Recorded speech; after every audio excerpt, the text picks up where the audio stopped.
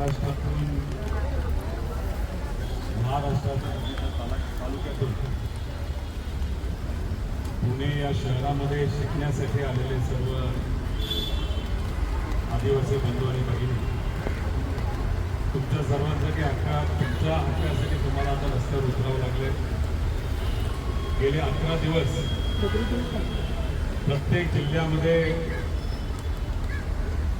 आपल्यातलेच काही बंधू आणि भगिनी हक्कासाठी तिथं आंदोलन करत आहेत। सत्तेमध्ये असणाऱ्या काही लोकांचं मत असं आहे की गर्दी एवढी दिसत नाही।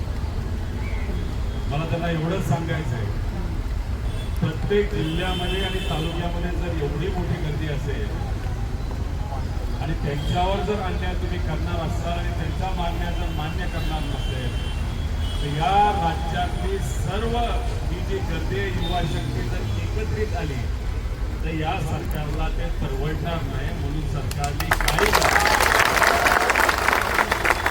तरी आजचा नाही तर उद्याचा दिवस हे सर्व आदिवासी बंधू आणि भगिनी तुम्हाला देत आहेत। आम्ही त्यांच्या बरोबर आहोत, आमचा पाठिंबा यांना आहे।